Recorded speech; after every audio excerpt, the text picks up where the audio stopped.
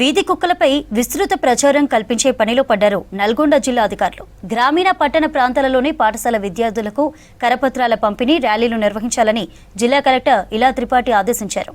Municipal పట్టణ ప్రాంతాలు, గ్రామీణ ప్రాంతాలలో వీధి కుక్కలపై పెద్ద ఎత్తున ప్రచారం కల్పించాలన్నారు.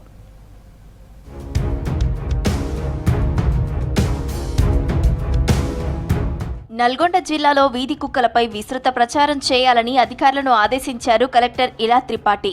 సంబంధిత అధికారులు, మండల ప్రత్యేక అధికారులు, ఆర్డీఓలతో టెలికాన్ఫరెన్స్ నిర్వహించారు. పాఠశాల విద్యార్థులకు వీధి కుక్కలపై కరపత్రాల ద్వారా అవగాహన కల్పించాలని, దీని ద్వారా వారి తల్లిదండ్రులకు సమాచారం వెళ్తుందన్నారు కలెక్టర్. విద్యార్థులతో పెద్ద ఎత్తున ర్యాలీలు చేపట్టాలని షెడ్యూల్ నిర్వహించారు జిల్లా అధికారులు. దీంతో పాటు గ్రామీణ ప్రాంతాలలో హోర్డింగ్లు ఏర్పాటు చేసి ప్రజలకు వీధి కుక్కల వల్ల కలిగే నష్టాలు, వీధి కుక్కల సెటిలైజేషన్, వ్యాక్సినేషన్, దత్తత తదితర అంశాలపై అవగాహన కల్పించే పనిలో పడ్డారు.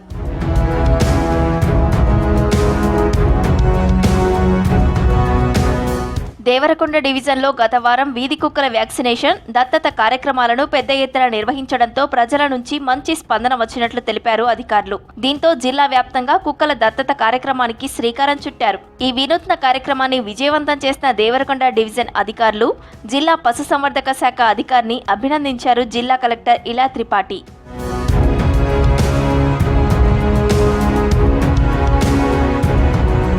జిల్లాలో అన్ని మున్సిపల్ పట్టణ ప్రాంతాలలో కుక్కల వ్యాక్సినేషన్తో పాటు సెటిలైజేషన్, కుక్కలను దత్తత తీసుకునే విషయంపై ప్రత్యేక దృష్టి పెట్టాలన్నారు కలెక్టర్. కుక్కల ప్రేమికులతో సమావేశాలు నిర్వహించేలా ప్లాన్ చేస్తున్నట్లు తెలిపారు. మిర్యాలగూడ మున్సిపాలిటీలో ఎనిమల్ బర్త్ కంట్రోల్ కేంద్ర ఏర్పాటుకు తక్షణమే అంచనాలను రూపొందించి ప్రణాళిక తయారు చేసి పంపించాలని మిర్యాలగూడ సబ్ కలెక్టర్ నారాయణ అమిత్ ను ఆదేశించారు. ఇటీవల జగిత్యాల జిల్లాలో 3 ఏళ్ల బాలుడు కుక్క కాటితో మరణించిన ఘటన నల్గొండ జిల్లాలో జరగకుండా చర్యలు తీసుకోవాలన్నారు జిల్లా కలెక్టర్.